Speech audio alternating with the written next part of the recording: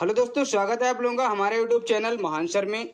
और दोस्तों, आज हम पढ़ेंगे विजयनगर साम्राज्य के बारे में। इससे पहले हमने दिल्ली सल्तनत को कवर कर लिया है और दिल्ली सल्तनत का हमने पूरा का पूरा जो भी एडमिनिस्ट्रेशन था, जो भी राजस्व व्यवस्था थी, जो भी आपकी जो भी चीज़ें थी, सारी की सारी चीज़ें हमने कवर कर ली हैं। और ये टॉपिक आपका वहीं से निकल के आता है, विजयनगर साम्राज्य भी, क्योंकि जब मोहम्मद बिन तुगलक देवगिरी अपनी जो दौलताबाद अपनी राजधानी बनाता है दिल्ली से ले जाके, देवगिरी जो कि दौलताबाद होता है, तो वहीं पे क्या करता है, ये एक इसका काम्पिल युद्ध होता है जिसमें ये मोहम्मद बिन कासिम जो हरियर और बुक्का है इनको एक तरीके से बंदी बना लेता है। और बाद में वो उन्हीं के जरिए एक नया साम्राज्य भी निकलता है जो कि विजयनगर साम्राज्य होता है। आगे बात करेंगे कि कैसे मोहम्मद गौरी ने उनको पकड़ा था और कैसे बंदी बनाया था। फिलहाल तो टॉपिक पे आते हैं, और टॉपिक क्या है हमारा, विजयनगर साम्राज्य। ये टॉपिक बहुत इंपॉर्टेंट है, इसको स्किप करना मतलब आपने इतिहास के एक बहुत बड़े पन्ने को अपनी किताब से फाड़ दिया है।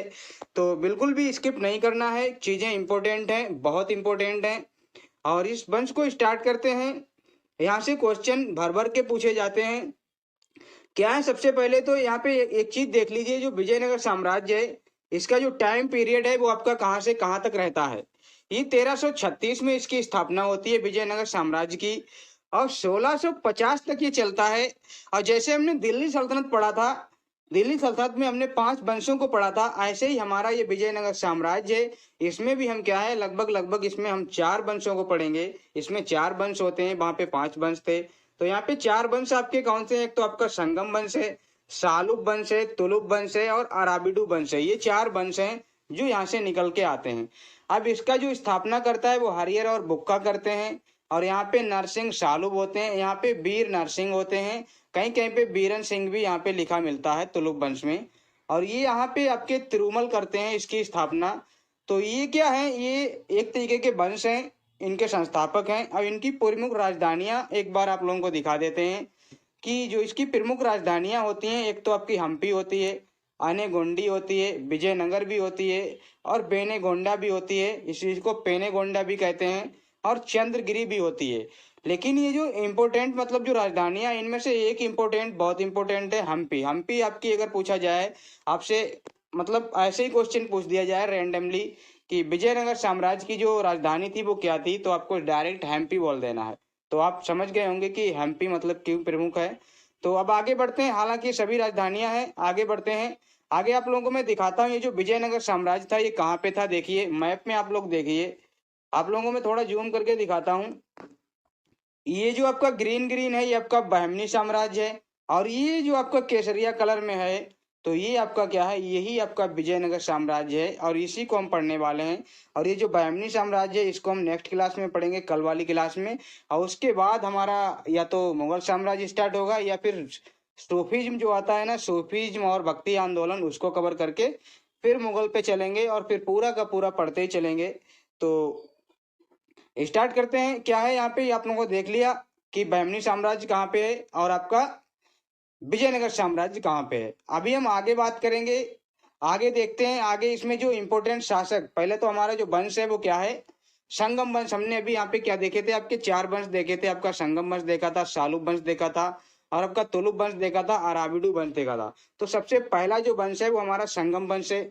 अभी संगम वंश को आप उस संगम से मत रिलेट कर देना, किस संगम से, वो जो संगम साहित्य आया था, संगम काल आया था। हालांकि चीजें वही होंगी, मतलब यहाँ पर भी तेलुगु साहित्य का ही एक तरीके से वर्चस्व रहेगा, लेकिन ये वो वाला संगम वंश नहीं है। वो संगम काल था, ये संगम वंश है। वो संगम साहित्य था, ये संगम वंश है। तो ये चीज कंफ्यूजन जो होगी वो आपको दूर करना है। यहाँ पे जो शासक है हरियर प्रथम आता है, फिर एक आता है बुक्का प्रथम, फिर एक और शासक आता है जिसका नाम होता है हरियर द्वितीय। इसके बाद एक इम्पोर्टेंट शासक आते हैं देवराय प्रथम, फिर एक और इससे भी ज्यादा इम्पोर्टेंट देवराय सेकंड आते हैं, देवराय द्वितीय आते हैं। और उसके बाद एक शासक आता है प्रौढ़ देवराय, और एक और शासक आता है जिसका नाम विरूपाक्ष द्वितीय होता है, या जिसको आप एक तरीके से नहीं, इसका नाम विरूपाक्ष द्वितीय ही होता है। ये जो प्रौढ़ द्वितीय है, प्रौढ़ आपका देवराय है, इसका नाम मल्लिका अर्जुन करके कुछ होता है। मैं आगे लेके आया हूँ, लिख के लाया हूँ, तो उसको समझाऊंगा और बताऊंगा अभी। तो ये इतने क्या होते हैं, इसके इंपॉर्टेंट शासक हैं। अब इसका परिचय देखते हैं, मतलब परिचय, हमने शासक तो देख लिए, अब इसकी एक तरीके से ये कैसे स्थापना हुई वो चीज देखते हैं। तो ये विजयनगर साम्राज्य की जो स्थापना हुई वो 1336 एडी में होती है। हरियर और बुक्का नाम के दो भाई होते हैं जो इस वंश की स्थापना करते हैं। और ये जो हरियर और बुक्का होते हैं ये काकतीय वंश के सामंत होते हैं। लेकिन यहाँ पे आपको जो जब ये स्थापना करते हैं तो ये किस हाल में होते हैं, ये क्या होता है, मोहम्मद जो बिन तुगलक होता है ना, उसको उस मतलब मोहम्मद बिन तुगलक ने इनको बंदी बना लिया होता है दोनों भाइयों को। कब? काम्पिल अभियान जब ये करते हैं, दौल जो आपकी दिल्ली से जब ये अपनी कैपिटल ट्रांसफर करते हैं ना, दौलताबाद, जिसको देवगिरी भी बोला जाता है बाद में, तो वहीं पे एक काम्पिल अभियान होता है और ये इनको बंदी बना लेते हैं हरियर और बुक्का को। कौन? मोहम्मद बिन तुगलक। और जब ये बना लेते हैं तो ये दोनों भाई इस्लाम धर्म को स्वीकार कर लेते हैं अपनी जान बचाने के लिए, कर लेते हैं। बाद में क्या होता है, ये जो मोहम्मद बिन तुगलक है ये वहीं दौलतागिरी और मतलब वहीं का इनको शासन सौंप देता है दक्षिण भारत का, और कहता है आप मुझे राजस्व भेजते रहना। लेकिन होता क्या है, इन दोनों के गुरु होते हैं गुरु विद्यारायण, हरियर और बुक्का के। तो इनकी सहायता से ये क्या करता है, विजयनगर साम्राज्य की स्थापना कर देता है और अपने आप को स्वतंत्र कर देता है। क्योंकि मोहम्मद बिन तुगलक को तो झंझटों से ही निपटना बड़ा ही मुश्किल हो रहा था, तो वो अब कहाँ पे यहाँ पे आता, फिर से अपनी राजधानी क्या ट्रांसफर करता वो, तो यहाँ पे उसका भी खतरा जो था वो टल गया था। अब हरियर और बुक्का ने ये जो स्टार्ट किया था, पिता इनके थे संगम, तो उनके नाम पे ये संगम वंश रखा था। किनके नाम पे? इनके पिता का नाम संगम था, तो उन्हीं के नाम पे ये संगम वंश रखा था। अब विजयनगर साम्राज्य जो था ये तुंगभद्रा नदी के किनारे पे स्थित था। कहाँ पे स्थित था? तुंगभद्रा नदी के किनारे पे ये स्थित था। और इनकी जो राजभाषा होती थी वो तेलुगु होती थी। क्या होती थी दोस्तों? तेलुगु। क्योंकि यहाँ पे क्या है, ये संगम वंश है तो संगम साहित्य भी आप मतलब बिल्कुल स्किप नहीं कर सकते, क्योंकि ये दक्षिण भारत का मामला है। तो दक्षिण भारत में क्या था, तमिल तेलुगु यही चलता था। तो यहाँ पे तेलुगु साहित्य का क्या होता है, एक तरीके से वर्चस्व होता है, तेलुगु भाषा इनकी होती है। अब मैं आगे आप लोगों को जो पहला आपका शासक है हरियर प्रथम, उसके बारे में पढ़ाने वाला हूँ। हालांकि आपको बेसिक नॉलेज तो मिल ही गई है, बेसिक चीजें तो आपने समझ ही ली हैं। अब यहाँ पे हरियर प्रथम जो आता है वो 1336 से 1356 रहता है, यानी 20 वर्ष का शासन हरियर प्रथम का आपका 20 वर्ष का शासन रहता है। ठीक है, ये क्या होता है, विजयनगर की स्थापना करता है, बिल्कुल हमने देख लिया है। राजधानी इसकी अनेगोंडी होती है। देखिए राजधानी आपकी शासक वाइज भी याद रखनी पड़ेगी, इसकी राजधानी आपकी अनेगोंडी होती है। और बाद में ये अपनी राजधानी विजयनगर को बना लेता है। और इसने क्या किया था, होयसल, जो होयसल होता है ना, बंगाल का एक शासक, मतलब बंगाल नहीं, वारंगल का एक वंश होता है, होयसल वंश। वारंगल वाले क्षेत्र पे एक होयसल वंश शासन करता है, तो उसको क्या है, ये हरा देता है। किसको हराता है? बल्लाल तृतीय को हराता है। ये जो दोस्तों होयसल है, इसकी जो राजधानी होती है वो द्वार समुद्रम होती है। क्या होती है? द्वार समुद्रम। अभी मैं आप लोगों को मैप में भी दिखाऊंगा। देखिए यहाँ पे क्या है, ये जो आपका है, यहीं पे आपका क्या होता है, वारंगल होता है। और ये विजयनगर साम्राज्य जो हरियर प्रथम होता है वो इनको बड़ा ही पीटता है, बड़ा ही अच्छी तरीके से हराता है। तो होयसल को हराता है। अब ये होयसल बल्लाल तृतीय को हराता है। इसके बाद जो शासन आता है बुक्का प्रथम का आता है, और बुक्का प्रथम हरियर प्रथम का भाई होता है। और ये 1356 से लेके 1377 तक रहते हैं। इनका शासन 21 वर्ष का होता है। अब क्या इस पे देखते हैं हम, जो बुक्का आता है, बुक्का ने क्या किया था, 1374 में चीन में एक दूत मंडल भेजा था। चीन में क्या भेजा था, अपना एक दूत मंडल भेजा था। तो चीन से भी इनके संबंध थे, हालांकि ये दक्षिण भारत में थे, लेकिन फिर भी चाइना से इनका क्या था, कॉन्टेक्ट था। चाइना में इनका क्या था, एक तरीके से इनकी वहां पे एक पकड़ थी, इनका एक तरीके से मैत्रीपूर्वक संबंध था। अब इसकी जो उपाधि है बुक्का प्रथम की, वेद मार्ग प्रतिष्ठापक है। क्या है इसकी उपाधि? वेद मार्ग प्रतिष्ठापक। और कहीं कहीं पे आपको क्या मिलेगा, ये जो उपाधि है ये हरियर प्रथम की है। लेकिन आपको मैं जो लिख के लाया हूँ, जो किताबों से मिला है मुझे, जो नेट से मिला है, वो जो मिला है मुझे, वेद मार्ग प्रतिष्ठापक आपका बुक्का प्रथम की आपकी क्या है, मिली है। हालांकि ये उपाधि आपकी इनकी भी हो सकती है, ऐसी कौन सी बात है ये अपनी उपाधि नहीं ले सकते हैं। तो आपको ऑप्शन के हिसाब से देखना पड़ेगा कि कौन उसमें दिया हुआ है। और ये जो वेद प्रतिष्ठापक होता है, इसको हिंदू धर्म की रक्षा के लिए इसको दावा करता है कि मैं हिंदू धर्म का रक्षक हूँ। तो ये बुक्का प्रथम, इसीलिए इसको ये उपाधि भी मिलती है। अब इनका जो जो एक तरीके से संघर्ष है, बहमनी साम्राज्य से इसका एक युद्ध होता है, जो हम अगली क्लास में पढ़ेंगे बहमनी साम्राज्य के बारे में। तो उन्हों से इनका एक युद्ध होता है, और वो युद्ध क्या होता है, अदोनी का युद्ध होता है। और 1368 में ये युद्ध होता है। कब होता है? 1368 में ये युद्ध होता है। और ये जो युद्ध होता है, इसने मोहम्मद जो मोहम्मद शाह बहमनी है उसको हराया था। किसको हराया था? मोहम्मद शाह बहमनी को हराया था। किसने? बुक्का प्रथम ने। और मुदगुल का किला जीता था। क्या जीता था? मुदगुल का किला इसने क्या किया था? फतेह कर लिया था। अब ये जो बुक्का प्रथम है इसने मोहम्मद शाह को हराया था और मोहम्मद शाह ने पहली बार इस युद्ध में बारूद का प्रयोग किया था। ये बारूद का प्रयोग आपका किसने? मोहम्मद शाह ने किया था, ना कि बुक्का प्रथम ने किया था। तो ये बात आपको पता होनी चाहिए। इसने मदुरै को भी जीता था, इसने रायचूर दोआब क्षेत्र को भी जीता था। अब ये रायचूर दोआब क्षेत्र क्या है, मदुरै क्षेत्र क्या है, मैं आप लोगों को एक बार मैप की तरफ ले चलता हूँ और दिखाता हूँ। देखिए यहाँ पे ये आपका क्या है, ये आपका क्या है, रायचूर दोआब है। ये बहुत इंपॉर्टेंट क्षेत्र होता है रायचूर दोआब। पहली बात तो दोआब आपका क्या है, जैसे कि ये आपकी एक नदी आती थी कृष्णा नदी, और ये आपकी एक नदी थी तुंगभद्रा नदी थी, और उसी के बीच में आपका क्या पड़ता था, ये रायचूर दोआब। जैसे ये कृष्णा नदी, ये आपकी तुंगभद्रा नदी, और बीच का क्षेत्र बड़ा ही फर्टाइल होता है। तो ये रायचूर दोआब इसके लिए, बहमनी के लिए भी बड़ा इंपॉर्टेंट था और विजयनगर के लिए भी इंपॉर्टेंट था। तो इनके बीच में इसी को लेके युद्ध भी होता है। और ये जो मदुरै है इसको भी इन्होंने जीता था। तो मैं ये मैप भी आप लोगों के लिए लेके ही आया हूँ। अब आगे बढ़ते हैं, आगे क्या एक बार देखते हैं, कुछ छूट तो नहीं रहा है। तो इन्होंने रायचूर दोआब को जीता था। आगे बढ़ते हैं। अब ये एक मैप है जहाँ पे आपको ये दिख रहा होगा रायचूर दोआब, और ये आपकी एक नदी है जो आपकी क्या है, तुंगभद्रा आपकी क्या है, नदी है। और ये आपकी क्या है, कृष्णा नदी है, यहाँ पे लिखा है कृष्णा। तो इसी के बीच में आपका रायचूर दोआब पड़ता था। तो रायचूर दोआब ये आपका एग्रीकल्चरल के बेस पे बड़ा ही इंपॉर्टेंट था, क्योंकि जो दोआब क्षेत्र होता है वहाँ पे लैंड जो होती है वो फर्टाइल होती है, एग्रीकल्चर बड़ा अच्छा होता है, रेवेन्यू बहुत अच्छा वहां से राजाओं का जनरेट होता है। आगे जो शासक आते हैं, हरिहर द्वितीय आते हैं। कौन आते हैं? हरिहर सेकंड आते हैं। और ये 1377 से लेके 1404 तक रहते हैं। और इनका जो शासन रहता है वो आपका कितना रहता है? 27 साल का इनका शासन रहता है। बिल्कुल सही बात है, 27 साल का इनका शासन रहता है। इनकी जो उपाधि होती है वो महाराजा धीराज की होती है। इनको शिव का उपासक बोला गया है। क्या बोला गया है इनको? शिव का उपासक बोला गया है। और इसीलिए इनकी जो वो क्या है आपकी उपाधि है वो महाराजा धीराज की उपाधि इनको मिली है। इन्होंने मोहम्मद शाह द्वितीय को हराया था। अब अभी हमने देखा था, इन्होंने क्या देखा था, मोहम्मद शाह जो था बहमनी साम्राज्य का, अभी बुक्का प्रथम ने भी हराया था। लेकिन जो मोहम्मद शाह द्वितीय होता है उसको कौन हराता है?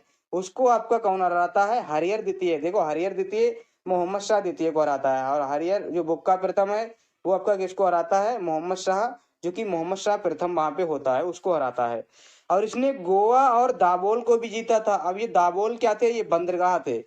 चोल बंदरगाह एक था, एक आपका दाबोल बंदरगाह था। तो इसको भी इसने जीता था। बंदरगाहों पर इसने क्या कर लिया था? कब्जा कर लिया था। तो दाबोल और चोल बंदरगाह को भी इन्होंने जीता था। और ये आपका क्या है? देवराय प्रथम।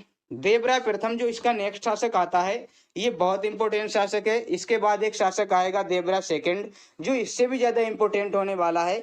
फिलहाल तो इसको देखते हैं कि ये कितना इंपॉर्टेंट है। तो देवराय प्रथम जो आपका शासक है उसके बारे में देखते हैं। 1406 से लेके 1422 तक शासन करता है। ठीक है, इसने बहुत सी जन कल्याणकारी योजनाएं चलाई थी। जैसे होती नहीं, जनता के कल्याण के लिए योजनाएं प्रारंभ करना, तो ये इसने बहुत सी प्रारंभ की थी। और इसने तुंगभद्रा बांध पर, तुंगभद्रा जो नदी थी वहां पे एक बांध निर्माण कराया। एक हरिद्रा नदी थी उस पर भी इसने बांध का निर्माण कराया था। और ये जो तुंगभद्रा थी ये क्या थी? विजयनगर में इसने क्या किया था? नहरें निकलवाई थी। तुंगभद्रा से लेके विजयनगर तक इसने क्या किया था? बांध बांध के जरिए नहरें निकलवाई थी सिंचाई के लिए। और हरिद्रा बांध भी इसने क्या किया था? सिंचाई के लिए ही बनवाया था। तो बड़ा ही इंपॉर्टेंट शासक था। ऐसी ऐसी मतलब तरकीबें, ऐसी ऐसी योजनाएं जो जनता के लिए बड़ी फायदेमंद थी। और इसी के काल में एक इटली का यात्री आता है जिसका नाम होता है निकोलो कोंटी। तो पूछा जाता है निकोलो कोंटी किसके शासन काल में आया था? और ऐसे क्वेश्चन बहुत पूछे जाते हैं। तो ये देवराय प्रथम के काल में आया था। विजयनगर किसने घूमा था और बताया था? ये विजयनगर साम्राज्य, ये बहमनी साम्राज्य, ये तो बहुत इंपॉर्टेंट साम्राज्य है। ऐसे साम्राज्य तो मैंने कभी देखे ही नहीं। ऐसी ऐसी बातें इन्होंने की हैं इस साम्राज्य के बारे में। और मैं आगे बताऊंगा, आगे जो तुलुक वंश पढ़ाऊंगा इसी का मतलब साम्राज्य का, कृष्णदेव राय को। तो मैं एक चीज वहां पे लेके आऊंगा, बड़ी अच्छी चीज वहां पे बाबर ने बोली है। और प्रमुख विद्वान यहाँ पे कौन थे? एक हरिविलास थे, एक आपके तेलुगु के विद्वान थे कवि श्रीनाथ। तो इन्होंने भी आपका क्या है, यहाँ पे तेलुगु के जो विद्वान थे इन्होंने बड़ी रचनाएं भी यहाँ पे की हैं। यहाँ पे मैं रचनाएं तो नहीं लेके आया हूँ, लेकिन ये बहुत बड़े विद्वान थे। हरविलास ने हरविकास लिखी है। और श्रीनाथ की पुस्तक मुझे अभी याद नहीं आ रही है क्या इन्होंने लिखा है, मैं यहाँ पे ऐड कर दूंगा अगर कुछ भी मिलता है। और सेना में इनके क्या थे, 10,000 सैनिक मुसलमान हुआ करते थे। किसके? देवराय प्रथम की सेना में 10,000 सैनिक मुसलमान होते थे। तो इतना इंपॉर्टेंट शासक था कि इसकी सेना में 10,000 सैनिक मुसलमान भी थे। आगे पढ़ते हैं। आगे आपका क्या है, देवराय सेकंड, देवराय द्वितीय, जो 1422 से 1446 तक रहते हैं। शासनकाल बहुत अच्छा इनका भी रहता है। तो क्या है, ये जो थे ये इस वंश के सबसे महानतम शासक थे। अगर आपको पूछा जाए, अगर आपसे पूछा जाए कि जो संगम वंश था उसका सबसे महान शासक कौन था, तो वो आपका देवराय सेकंड था, देवराय सेकंड। लेकिन अगर आपसे पूछा जाए विजयनगर साम्राज्य का सबसे महान शासक था, तो वो आपका ये देवराय सेकंड नहीं होगा, वो आपका होगा कृष्णदेव राय, जो कि तुलुप वंश का होगा। मैं आगे बताऊंगा ये बात। सबसे महानतम शासक है।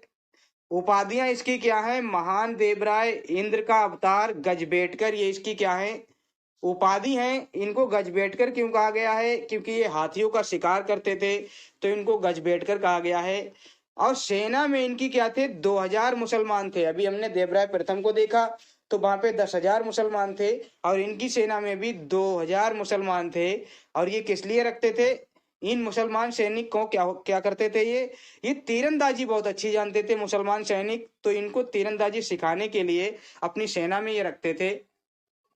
और यहाँ पे क्या है, फारस, जो फारस वाला क्षेत्र है जिसको ईरान भी बोलते हैं, वहां का एक यात्री आता है जिसका नाम होता है अब्दुल रज्जाक, जो विजयनगर की यात्रा पे आता है। और ये बड़ी अच्छी अच्छी बातें यहाँ पे बताता है अब्दुल रज्जाक। अभी अब्दुल रज्जाक हमने पढ़ा था, तो ये शायद जब हम पाल वंश और आपका क्या है गुर्जर प्रतिहार वंश पढ़ रहे थे, तो वहां पर भी ये आता है।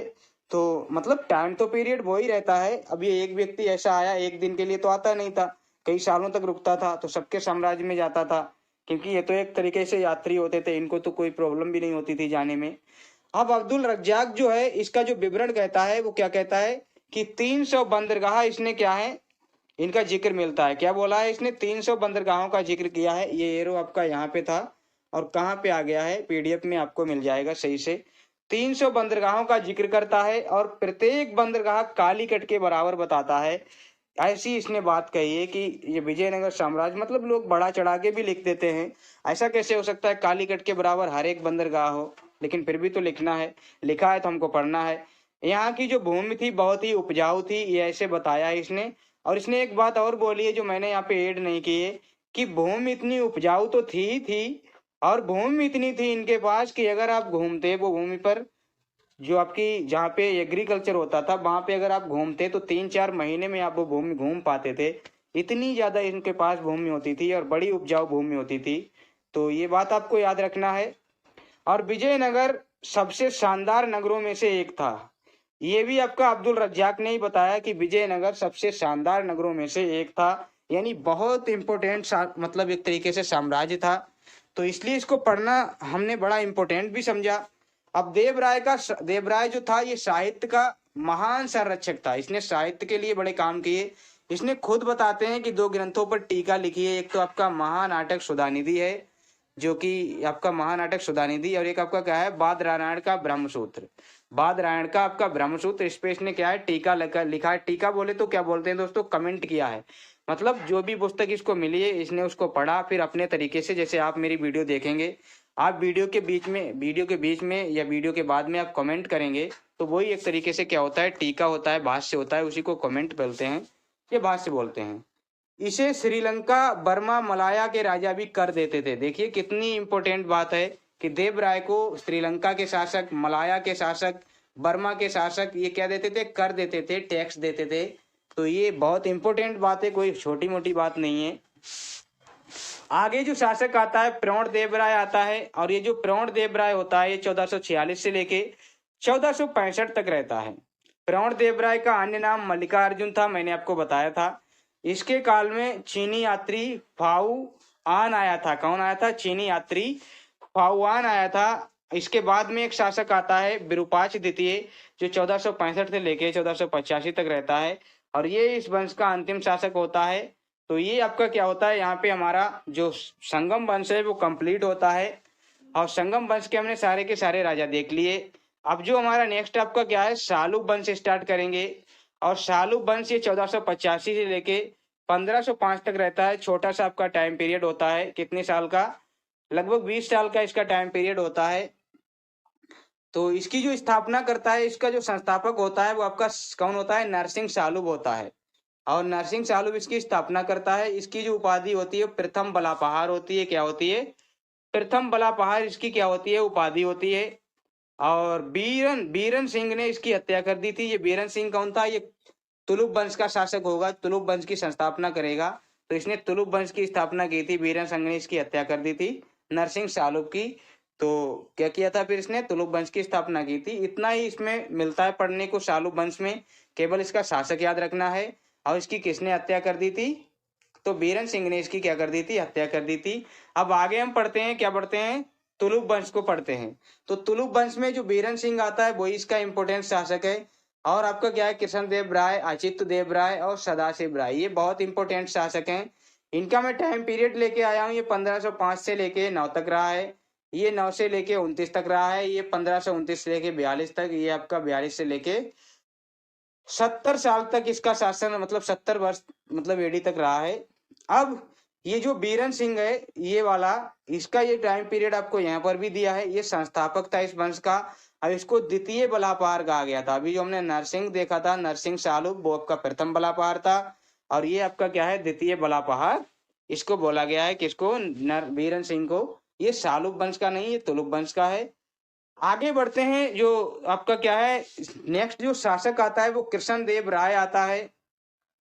और कृष्णदेव राय का जो शासन होता है वो 1529 से लेके 1509 से लेके 1529 तक रहता है।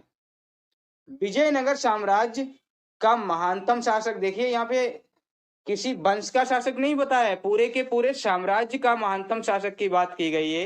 तो ये विजयनगर का महानतम शासक था। अभी हमने पीछे पढ़ा था जो कृष्णदेव राय था, कृष्णदेव राय नहीं, जो आपका देवराज सेकंड था, वो अपने वंश का अपना प्रथम मतलब ऐसा शासक था जो सबसे महान था। लेकिन यहाँ पे ये पूरे के पूरे वंश का, पूरे के पूरे साम्राज्य का आपका क्या है, महानतम शासक है। इसकी जो उपाधियां हैं वो अभिनव भोज है, आंध्र भोज है और आंध्र पितामह भी इसको बोला गया है। तो ये इसकी उपाधियां हैं, बिल्कुल याद रखना, ये इसकी क्या है, उपाधियां हैं। बाबर ने अपनी आत्मकथा में, जो इसकी आत्मकथा है तुझके बाबरी, उसमें इसने क्या लिखा है, दक्षिण भारत का सबसे महानतम शासक बताया है। किसको, किसको बताया है, बाबर ने अपनी आत्मकथा में कृष्णदेव राय को दक्षिण भारत का सबसे महान शासक बताया है। और किसी किसी किताब में तो ये मिलता है कि इसने पूरे भारत का महानतम शासक बताया है। लेकिन लॉजिक से देखा जाए तो ये कृष्णदेव राय दक्षिण भारत का महानतम शासक था। तेलुगु साहित्य का बड़ा ही इसका मतलब वो रहा है। तो तेलुगु साहित्य का क्लासिकी युग भी बोला गया इसके युग को। इसके युग को क्या बोला गया है, तेलुगु साहित्य का क्लासिकल युग या क्लासिकी युग। इसको एक तरीके से स्वर्ण युग बोल सकते हैं, तेलुगु साहित्य का स्वर्ण युग। अब स्वर्ण युग क्यों बोला गया है, क्योंकि इसके दरबार में 8 सर्वश्रेष्ठ कवि रहते थे और वो 8 दरबारी जो कवि थे उनको अष्ट दिग्गज बोला जाता था। तो आपको पता होना चाहिए जो अष्ट दिग्गज है वो क्या थी। अष्ट दिग्गज आपकी 8 जो दरबारी कवि थे, सर्वश्रेष्ठ कवि थे, किसके, आपके कृष्णदेव राय के, उन्हीं को अष्ट दिग्गज बोला गया था। अब ये जो अष्ट दिग्गज थे, इन्हीं में एक व्यक्ति थे तेनालीराम। और आपने तेनालीराम का तो नाम सुना ही होगा। तो तेनालीराम यहाँ पर थे, पूछा जाता है तेनालीराम किसके दरबारी कवि थे, तो ये आपके कृष्णदेव राय के दरबारी कवि थे। और इनकी जो पुस्तक थी वो आपकी कौन सी थी, पांडुरंग महामाम्य थी, पांडुरंग महात्म्य इनकी एक पुस्तक थी। तो ये मैंने यहाँ पे इनकी इमेज लगा रखी है, किनकी इमेज लगा रखी है, तेनाली राम की ये इमेज है। तो इसको आप देख सकते हैं। यहाँ पे जो पुर्तगाली यात्री आए थे, तो पुर्तगाली यात्री जो आए थे वो एक तो आपका बारबोसा आया था, एक आपका डोमिंगो पायस आया था। तो ये तेनालीराम है, इनको याद रखना। और ये जो पुर्तगाली यात्री हैं बारबोसा और डोमिंगो पायस, पूछा जाता है किसके काल में आए थे, तो कृष्णदेव राय के काल में आए थे। अब इसने क्या किया था, इसने जो कृष्णदेव राय है इसने एक हजारा मंदिर व विठल स्वामी मंदिर का निर्माण कराया था। क्या, हजारा मंदिर और विठल स्वामी मंदिर का इसने क्या कराया था, निर्माण कराया था। तो ये बात भी आप लोग याद रखना कि हजारा और विठल स्वामी मंदिर का निर्माण किसने कराया था, कृष्णदेव राय ने कराया था। और इसने क्या किया था, इसने जो उड़ीसा के शासक थे प्रताप रुद्र को जो थे प्रताप रुद्र देव, इसको हराया था और तेलंगाना क्षेत्र पर कब्जा कर लिया था। किस पे? तेलंगाना के क्षेत्र पे कब्जा किया था। किसको हरा के? प्रताप रुद्र देव। ये उड़ीसा के शासक थे, लेकिन इनका जो वो एक तरीके से कब्जा था वो तेलंगाना पर भी था, तो इसने कृष्णदेव राय ने इनको हरा के तेलंगाना पे कब्जा कर लिया था। आगे जो शासक आते हैं उनका नाम है अच्युत देव राय। क्या है? अच्युत देव राय। अच्युत देव राय क्या है? ये 1529 से लेके 42 तक रहते हैं। कोई इंपोर्टेंट नहीं है। इनके काल में सिर्फ एक यात्री आया है, नूनीज। और ये क्या है? पुर्तगाली यात्री आया है, नूनीज। तो पुर्तगाली यात्री जो नूनीज आया है वो किसके काल में आया है? अच्युत देव राय के काल में आया है। इसके बाद एक शासक आए हैं सदाशिव राय। सदाशिव राय 1542 से 70 तक रहते हैं और इन्हीं के काल में एक युद्ध होता है और वो युद्ध होता है तालीकोटा का युद्ध।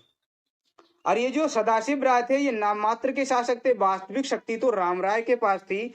पूरा का पूरा कंट्रोल जो था वो राम राय के पास था। ये सिर्फ शासक के तौर पे थे, लेकिन शासन करता कौन था? राम राय करता था।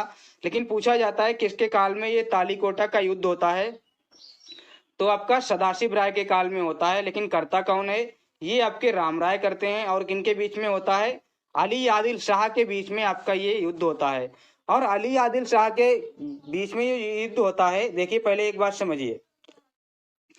तालीकोटा का जो युद्ध होता है वो 23 जनवरी 1565 को होता है। इसको बन्नी हट्टी या राक्षसी तंगड़ी का युद्ध बोलते हैं। ये राम राय और वर्सेस अली आदिल शाह के बीच में होता है। इसमें जो विजयी होते हैं वो आपके आदिल शाह होते हैं। और यहाँ पे जो राम राय होता है 70 वर्षीय शासक होता है, ये मारा जाता है। लेकिन बड़ा मतलब वैसे लड़ता है जिसको बोलते हैं एक तरीके से वीरता से लड़ता है। मारा जाता है लेकिन बड़ी वीरता से लड़ता है। हालांकि मारा तो कोई भी जा सकता है। अब इनके साथ में जो अली आदिल शाह हैं, इनके साथ में आपके कौन होते हैं? जैसे अहमदनगर के शासक होते हैं, बीजापुर के भी शासक होते हैं, गोलकुंडा भी इनके साथ में होता है, बीदर भी इसके साथ में होता है।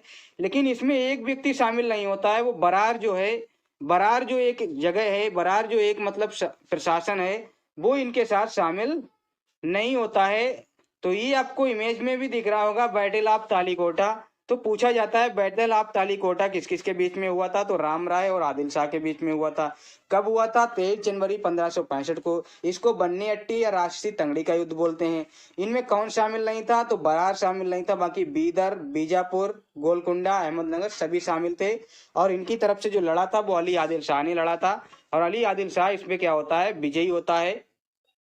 यहाँ पे देखिए ये आपके क्या है? ये देखिए ये आपका अहमदनगर है, ये आपका बीदर है, ये आपका क्या है? बीजापुर है।